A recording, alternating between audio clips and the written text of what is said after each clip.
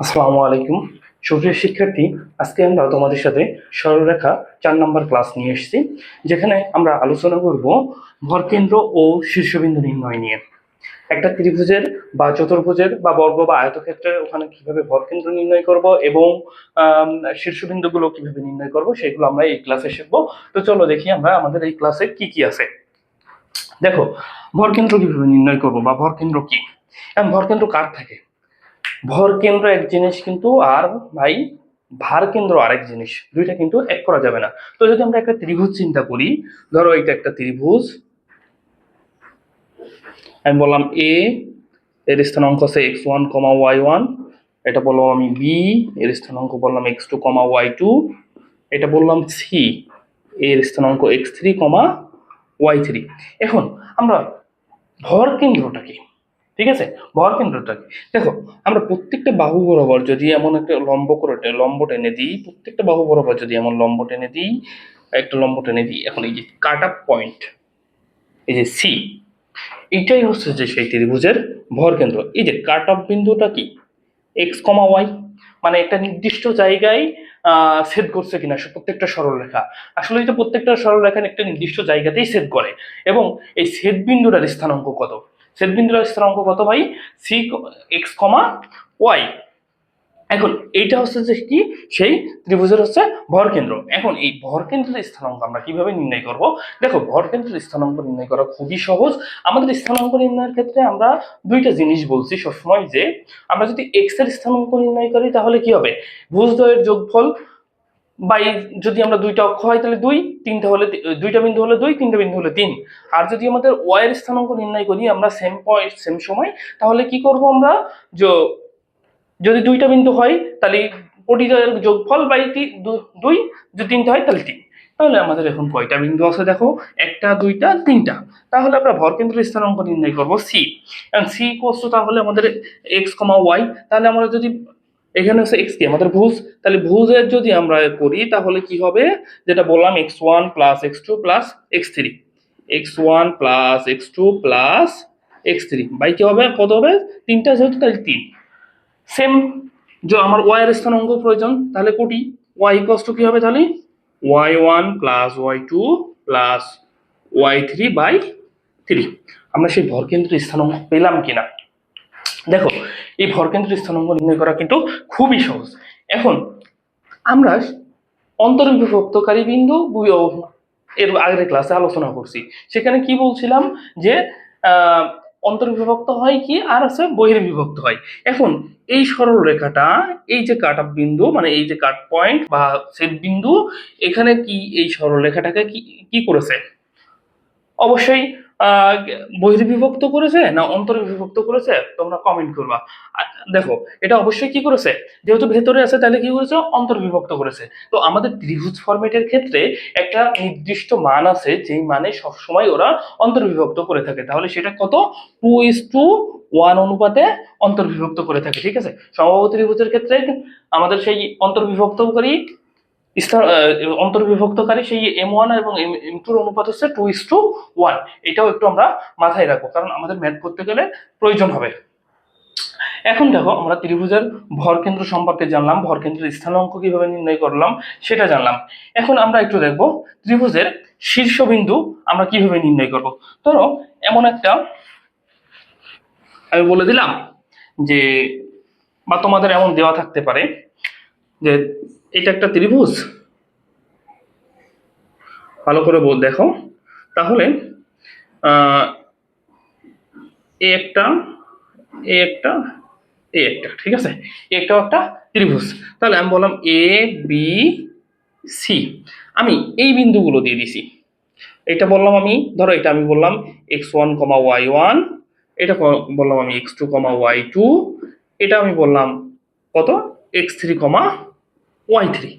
এখন আমি বললাম এ বি এবং সি বিন্দুর স্থানাঙ্ক নির্ণয় করো, বা এ বি সি বিন্দু এই শীর্ষবিন্দুগুলোর স্থানাঙ্ক নির্ণয় করবো। তাহলে সেভাবে সেই ক্ষেত্রে তুমি এ বাহু বরাবর কিভাবে নির্ণয় করবা, বি বাহু, সি বাহু বা এ বিন্দুর স্থানাঙ্ক কিভাবে নির্ণয় করবা, বি বিন্দুর স্থানাঙ্ক কিভাবে নির্ণয় করবা, সি বিন্দুর স্থানাঙ্ক কিভাবে নির্ণয় করবা, সেগুলো আমরা একটু দেখি। দেখো, যদি আমরা এ বিন্দুর স্থানাঙ্ক নির্ণয় করতে চাই, তাহলে আমরা একটা জিনিস মনে রাখবো, যেই বিন্দুটার স্থানাঙ্ক নির্ণয় করতে চাবো সেখানে আমার কি কি প্রয়োজন হবে, অথবা সবসময় কি প্রয়োজন হবে, এক্স এর মান আর ওয়াই এর মান। তাহলে আমরা যেহেতু এ করছি, তাহলে এই সরল এই বাহু বরাবর করতেছি না, তাহলে এই বাহু বরাবর যে দুইটা থাকবে সেটা হচ্ছে যোগফল, আর বাকি নিচে যেটা থাকবে তার হচ্ছে বিয়োগ। অর্থাৎ এখানেও সেম, কিন্তু আগে ভুজ তারপরে কোটি, আগে ভুজ তারপরে কোটি। স্থানাঙ্ক কি এক্স কমা ওয়াই না, স্থানাঙ্ক মানে কি এক্স কমা ওয়াই, মানে দুইটা বিন্দু লাগবে। তাহলে আমার দুইটা বিন্দু, একটা হচ্ছে ভুজ বরাবর আসে আর একটা হচ্ছে কোটি বরাবর আসে। এগুলো অনেক সিম্পল, তোমরা জানো সবাই। এখন তাহলে আমরা এক্স এর স্থানাঙ্ক কিভাবে নির্ণয় করবো, যেহেতু আমি বললাম এই বরাবর কি হবে, যোগ হবে। তাহলে এক্স ইজিক্যাল টু আমি কি লিখতে পারি, x1 প্লাস x2, বিয়োগ হবে কোনটা, বিপরীতে যেটা থাকবে সেটা বিয়োগ, বিয়োগ x3। সেম যদি আমি y নির্ণয় করি তাহলে কি হবে, y এর ক্ষেত্রে ভাইয়া বলো, y1 plus y2 minus y3, তাই কি না? তাহলে আমি এখানে কিসের স্থানাঙ্ক পেলাম, এ বিন্দুর স্থানাঙ্ক পেলাম কত, এটা। সেম যদি আমি তোমাকে বলি যে বি বিন্দুর স্থানাঙ্কটা কিভাবে নির্ণয় করতে পারো, তাহলে বি বিন্দুর স্থানাঙ্কটা কিভাবে নির্ণয় করা যায় তুমি দেখো। তাহলে বি কি এটা বরাবর না, তাহলে তখন বিপরীত বাহু, বিপরীত বিন্দু কোনটা হচ্ছে x2 y2, তাহলে এই বরাবর যোগ হবে। তাহলে x এর ক্ষেত্রে আবার কি হবে, x1 প্লাস x3। দেখো খুবই সহজ, কিন্তু খুবই সহজ, একটু বুঝলেই খুবই সহজ এবং মনে রাখাও খুবই সহজ। তাহলে x এর বরাবর গেল এবং y এর বরাবর কি আসবে, তাহলে y1 plus y3 minus y2। ঠিক আছে, এটা আমার কোন বরাবর গেল, বি বি বিন্দুর স্থানাঙ্ক। এবার আমরা দেখবো সি বিন্দুর স্থানাঙ্কটা। তাহলে সি বিন্দুর স্থানাঙ্ক আমরা কিভাবে নির্ণয় করবো, আমাদের আছে কোনটা কোনটা, দেখো x2 আর x3, যখন বিপরীত বিন্দু কোনটা আছে x1 আর y1, তাহলে সেক্ষেত্রে আমি কি করব, দেখো x ইকুয়াল টু আমি কি লিখতে পারি, x2 প্লাস x3, বিয়োগ করবো কাকে, x1 কে। ঠিক আছে, y এর ক্ষেত্রে কি লিখবো, y2 প্লাস y3, বিয়োগ করবো কাকে, y1 কে। ঠিক আছে, দেখো খুবই সহজ, কিন্তু খুবই সহজ এবং মনে রাখাও খুবই সহজ। দেখো এক্সটা তুমি জানলে কিন্তু ওয়াইটা খুবই সহজেই হয়ে যাচ্ছে। তুমি যদি একটু খেয়াল করো, দেখো আমরা যখন একে ধরলাম তখন এই বরাবর যেটা আছে সেটা আমরা যোগ করলাম এই বরাবর যে বিন্দুটা আছে, আর বাকি যে বিন্দুটা বিপরীত দিকে আছে সেটা কি করলাম, আমরা বিয়োগ করে দিলাম। সেম বি বরাবর যখন আসলাম তখন কি করলাম, যে এই যে বি বরাবর যখন আসলাম এই দুইটা বাহু যোগ করলাম, এক লাইনে আছে, আর বিপরীতে যেটা আছে সেটা আমরা বিয়োগ করলাম। সি বরাবর যেটা আসলাম কি করলাম, এই বাহু বরাবর যেটা আছে সেটা যোগ করলাম, বিপরীতে যেটা আছে সেটা আমরা বিয়োগ করে দিলাম। সেম সেম কিভাবে হলো, এক্স এর ক্ষেত্রেও যা হবে ওয়াই এর ক্ষেত্রেও তাই হবে। তাহলে আমাদের কি কি গেল, ত্রিভুজের শীর্ষবিন্দু গেল, ভরকেন্দ্র গেল। এখন আসবো আমরা রম্বস এবং সামুদ্রিক বর্গ আয়তক্ষেত্রের শীর্ষবিন্দু নির্ণয়, অর্থাৎ 2 নম্বরটা। দেখো এটাও খুবই সহজ, এটাও হচ্ছে খুবই সহজ। এখন আমরা দেখো একটু বোঝার চেষ্টা করি। ধরো আমার এরকম একটা কিছু দেওয়া আছে, ধরো আমি প্রথমে সামুদ্রিক বা না সামুদ্রিকে নিলাম, তো আমার আবার ছবি অত ভালো হয় না। তো দেখো এই আর এটা কি, এই কর্ণ, তাই না? তাহলে আমি বললাম এটা এ, এটা বি, এটা সি, আর এটা কি বললাম, এটা হচ্ছে ডি। তাহলে এ বরাবর কি x1 কমা y1, বি বরাবর কি x2 কমা y2, সি বরাবর কি x3 কমা y3, ডি বরাবর কি x4 কমা y4। এখন কোনো কারণে তোমাকে যে কোনো একটা বলতে পারে যে এই বিন্দুটা দেওয়া নেই, ধরো এই বিন্দুটা দেওয়া নেই, বাকি তিনটা দেওয়া আছে, তোমার x1 আর y1 এর মান বের করতে হবে। পারবা কিনা আমি শিখাবো। দেখো যদি তোমাকে চতুর্থ শীর্ষবিন্দু বা দ্বিতীয় শীর্ষবিন্দু বা যে শীর্ষবিন্দুর মানই তোমার নির্ণয় করতে বলুক না কেন, তুমি পারবা কিনা।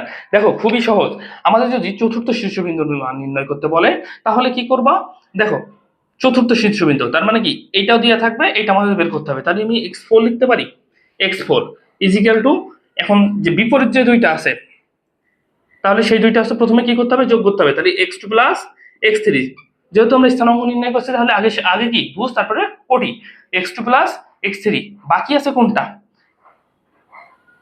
x1, সেটা আমরা কি করব, বিয়োগ করে দেবো। ঠিক আছে, তাহলে y4 এর ক্ষেত্রেও সেম, y4 এর ক্ষেত্রে কি হবে, y2 প্লাস y3 মাইনাস কি হবে y1। এখন এখানে বিষয়টা কি হলো যে আমার যেই বিন্দুটা নির্ণয় করতে বললো, যে শীর্ষবিন্দুটা, সেটা দ্বিতীয় হতে পারে, তৃতীয় হতে পারে, চতুর্থ হতে পারে, যেইটাই বলুক না কেন আমরা কি করব, তার বিপরীতটাকে যোগ করব এবং যেটা থাকবে সেটা বিয়োগ করে দেবো। মানে আমার যেই বিন্দুটা নির্ণয় করতে বলবে তার বিপরীত বিন্দুটাকে আমি বিয়োগ করব এবং আগে যে মানে বিপরীত তার ওপর যে কর্ণটা আছে সেটা আমরা যোগ করব। যেমন এক্স ফর যদি আমাকে বলতো যে দ্বিতীয় শীর্ষবিন্দুর স্থানাঙ্ক নির্ণয় করো, তাহলে এই দ্বিতীয় শীর্ষবিন্দুর স্থানাঙ্ক নির্ণয় করতে বললে আমি কি করতাম, জাস্ট লিখতাম কি x2, তাই না? দ্বিতীয় শীর্ষবিন্দু যেহেতু বলেছে তাহলে আমার তখন যোগ হতো কোনটা, x1 আর x4। দেখো x1 প্লাস কি লিখতে পারতাম, x4, তাহলে আরো বিয়োগ করতে হবে কোনটা, তাহলে আমার x3। তো সেম তাহলে y এর ক্ষেত্রেও সেম, y1 প্লাস y4 বিয়োগ করতে হবে কোনটাকে, y3 কে। তো এগুলো আমি যখন ম্যাথ করব সেগুলো সবসময় মানে সেগুলো আরো ক্লিয়ার হয়ে যাবে। এখন দেখো এটা এই সেম সূত্রটা প্রযোজ্য কিসের কিসের ক্ষেত্রে, খুব ভালো করে মাথায় রাখবা, রম্বস, আয়তক্ষেত্রে, এই সামন্ত্রিক, বর্গ আর আয়তক্ষেত্রে, এই চারটা জিনিসের জন্যই শুধু এই সূত্রটা প্রযোজ্য। তুমি যদি অন্য কিছুর ক্ষেত্রে যদি এই সূত্র লাগাও তাহলে কিন্তু ম্যাথ মিলবে না, তখন ম্যাথ না মিললে যেন আমার সূত্রের তোমরা দোষ দিও না। দেখো আমরা এখন একটু এই যে দুই তিনটা কনসেপ্ট দেখলাম, এই দুই তিনটা কনসেপ্টের উপরে আমরা দুই তিনটা ম্যাথ সলভ করব যাতে তোমাদের বেসিকটা আরো ক্লিয়ার হয়। ভাইয়া তোমাদের জন্য আমরা যে বেসিক কনসেপ্ট গুলো দেখেছি ওই বেসিক কনসেপ্ট গুলোর উপরে দুইটা ম্যাথ নিয়ে এসেছি, যেহেতু দুইটা তিনটে আমাদের কনসেপ্ট ছিল তার উপরেই এই ম্যাথ গুলো আছে। তো তোমাদের আরো কনসেপ্ট গুলো ক্লিয়ার হবে তোমরা যদি এই ম্যাথ গুলো দেখো। দেখো আমি কি বলেছি, প্রথমটা কি আছে, একটি ত্রিভুজের দুইটি শীর্ষবিন্দু যথাক্রমে কত 2,7 এবং 6,1। তাহলে একটা ত্রিভুজ আমি এঁকে ফেলি আগে, একটা ত্রিভুজ আমি আগে এঁকে ফেলি। ধরো এটা আমার সেই ত্রিভুজ, ঠিক আছে? এই ত্রিভুজের আমি কি বললাম, দুইটা শীর্ষবিন্দু। ধরো এই একটা শীর্ষবিন্দু আমি ধরলাম কত, 2,7, আর একটা শীর্ষবিন্দু কত বললাম, ধরো এটা আমি ধরে নিলাম বি বিন্দু, সেটা কত 6,1। এবং ভর সংখ্যা না, এটা হচ্ছে ভর কেন্দ্র, এটা হচ্ছে ভর কেন্দ্র কত, 6,4। তাহলে আমাদের ভর কেন্দ্রটা কোথায় থাকে, আমরা কিন্তু সবাই জানি যে মাঝখান বরাবর আমাদের ভর কেন্দ্র থাকে। কারণ আমরা যখন প্রত্যেকটা বাহুর উপর দিয়ে একটা লম্ব বরাবর কাট করতে থাকবো তখন একটা বিন্দুতেই আমাদের ছেদ করবে, সেটা হচ্ছে যে কি, ভর কেন্দ্র, যেটা আমরা জি দ্বারা প্রকাশ করি, কত, 6,4। এখন বলেছে কি তৃতীয় শীর্ষবিন্দু কত। আচ্ছা ভাইয়া দেখো সেই তৃতীয় শীর্ষবিন্দু ত্রিভুজের চলে এসছে x,y। এখন আমাদের দেখো আমি যেটা দেখেছিলাম তিনটা বিন্দু ছিল, ভরকেন্দ্র নির্ণয় করতে বলছিল। এখন দুইটা বিন্দু দিয়েছে, একটা ভরকেন্দ্র দিয়েছে, আমার তৃতীয় বিন্দু নির্ণয় করতে বলেছে। আলটিমেটলি কি বিষয়টা সেম না? দেখো তো আমাদের সেই ভরকেন্দ্রের সূত্রটা কি ছিল, কি বলছিলাম যে এক্স যখন আমার আসছে হে বরাবর বলবো, ভুজ বরাবর বলবো, তখন হচ্ছে যে x equal to x1 plus x2 plus x3 by 3, তাই না? আর যখন y বরাবর বলবো তখন কি হবে, comma y is equal to y1 plus y2 plus y3 by 3। এখন দেখো এইখানে x1 আর x2 এর মান কত, x1 আর x2 এর মান হচ্ছে কত, 2 আর 6। তাহলে আমি বসাই দিই, বা দেখো আর 2 যোগ 6 x3 আমরা কি বের করব, তাই না? এই সেই x3 y3 বের করব বাই 3। এখন এইটা কিসের মান ছিল আমার, বলো তো? সেই ভরকেন্দ্রের মান ছিল না? কোন বরাবর, ভুজ বরাবর। তাহলে আমার ভুজ বরাবর ভরকেন্দ্রের মান কত আছে, 6 আছে, তাই না? তাই যদি হয় তাহলে আমি আর গুণ করে দিই, বা তাহলে 18 ইকুয়াল টু কত হয়, 6 2 8 প্লাস x3, তাই না? তাহলে আলটিমেটলি হচ্ছে যে কত হয়, অতএব x3 ইকুয়াল টু কত হবে, কম 18 থেকে 10 8 বাদ দিলে কত থাকে, 10। তাহলে আমরা ভুজ কত পেলাম, 10। আমাদের কি প্রয়োজন, কোটি। সেম ভাবে আমরা বসাই দিই, তাহলে y এর মান এখানে কোটিতে y এর মান কত, 4। তাহলে বা 4 is equal to y1 y2 এর মান কত, 2 7 আর 1 7 আর 1 7 যোগ 1 প্লাস y3 বাই 3। আমাদের কি হবে, আর গুণ করে দিতে হবে, 3 4 12 7 12 ইজ ইকুয়াল টু কত হবে, 7 8 প্লাস y3। তাহলে y3 ইজ ইকুয়াল টু কত হবে, তোমরাই কও নিজেরা। 8 থেকে 12 থেকে 8 বাদ দিলে কত থাকে, 4 থাকে। তাহলে আমাদের কোটি কত আসলো, 4। তাহলে আমরা শীর্ষবিন্দু তিনটা পাইলাম কিনা দেখো, এ কত 2,7, সি কত, বি কত 6,1, সি কত 10,4। খুবই সহজ কিনা বলো। দেখো খুব সহজে কিন্তু আমরা নির্ণয় করতে পারলাম। এখন তোমাদের কাজ হবে কি, আমি এখানে যে ভিডিও যে ম্যাথগুলো করাবো সেগুলো তো তুমি করবা এবং বেসিক দিয়ে দেখবা, এবং তোমার কাজ হবে, আবারও আগেও বলেছি যে একটা অবশ্যই বই কিনে নিতে হবে ম্যাথের জন্য, অধিক প্র্যাকটিস করতে হবে, কারণ তুমি যত বেশি প্র্যাকটিস করবা ভাই তত বেশি তোমার হচ্ছে এফিসিয়েন্সি গ্রো হবে। আর তোমার এফিসিয়েন্সি গ্রো হলে কি হবে, তুমি দেখার সাথে সাথে এই ম্যাথগুলো অ্যান্সার করতে পারবা, সেটা তোমারই কাজে লাগবে। এই জন্য তুমি যেমন দেখবা তেমন শিখবা, এবং সেইভাবে তুমি যদি প্র্যাকটিস করতে পারো তাহলে তোমার চান্স কেউ আটকাতে পারবে না, তোমার চান্স হয়ে যাবে ইনশাল্লাহ, তোমার চান্স হয়ে যাবে ইনশাল্লাহ। তো দেখো আমাদের হচ্ছে যে 2 নম্বরটা কি আছে, দেখো 2 নম্বর ম্যাথটা আমাদের কি বলেছে যে যদি, তাহলে আমাদের এক শেষ, এ কত 2,5, বি কত 5,6, সি তো নাই, সি নাই তাই না, ডি কত 6,7, বিন্দু ত্রয় এ বি সি ডি রম্বসের শীর্ষবিন্দু হলে তৃতীয় শীর্ষবিন্দুর স্থানাঙ্ক কত। তাহলে সেই তৃতীয় শীর্ষবিন্দুটা কত ছিল, দেখো এখানে সি ছিল না কিন্তু, সেই তৃতীয় শীর্ষবিন্দু কত x3,y3। তো চলো আমরা আগে রম্বস শিখে ফেলি। তাহলে রম্বসের ক্ষেত্রে আমরা একটা যে কোনো একটা রম্বস শিখে ফেলি। আর একটা ধরো আমি রম্বসের মতো করে একটা কোনো কিছু আঁকলাম, ধরো সামুদ্রিকই এঁকে নিলাম, কোনো সমস্যা নেই, আমরা সেম ভাবে ইয়ে দিয়ে নিলাম, কর্ণগুলো দিয়ে নিলাম। তাহলে এ কত, এ হচ্ছে 2,5 তাই না, বি কত 5,6, সি কত, সি তো আমাদের হট, ডি কত 6,7। এখন আমাদের কি করতে হবে, সেই আমি সূত্র বলে দিছি। কি সূত্র বলছি, যে এই দুইটা বাহু যোগফল, এটা হচ্ছে বিয়োগ, অর্থাৎ আমি যদি x3 নির্ণয় করি, x3 কি লিখবো 2+6, 2+6 বিয়োগ হবে কোনটা 5, তাহলে কত হয় এখানে 6 2 8, তাহলে 8 থেকে 5 বাদ দিলে কত থাকে 3, y3 কত হবে তাহলে 5 আর 7 কত 12, অর্থাৎ 5 যোগ 7 বিয়োগ হবে কোনটা 6, বিয়োগ হচ্ছে 6, তাহলে কত হবে 7 5 12, 12 বিয়োগ 6, তাহলে কত হবে 6। তাহলে আমার x3, y3 কত হচ্ছে ভাইয়া বলো তো 3,6। খুবই সহজ ভাই, তুমি যদি একটু বোঝো, তুমি যদি একটু খেয়াল করো, তাহলে কিন্তু তোমার ম্যাথগুলো সলভ করতে খুবই কম সময় লাগবে এবং খুব দ্রুত তুমি সলভ করতে পারবে, তুমি যদি আমাদের এই কনসেপ্ট গুলো এবং বেসিক গুলো তুমি মাথায় রাখতে পারো। দেখো এই কোশ্চেনই কিন্তু জাহাঙ্গীরনগর গতবার আগেরবার এসে 24-25 এসেছে, আবার রাজশাহীতে 22-23, এই হচ্ছে যে হ্যাঁ 22-23 এসেছে, ঢাকা ইউনিভার্সিটি অত রেফারেন্স তো আমি তুলতে পারি নাই।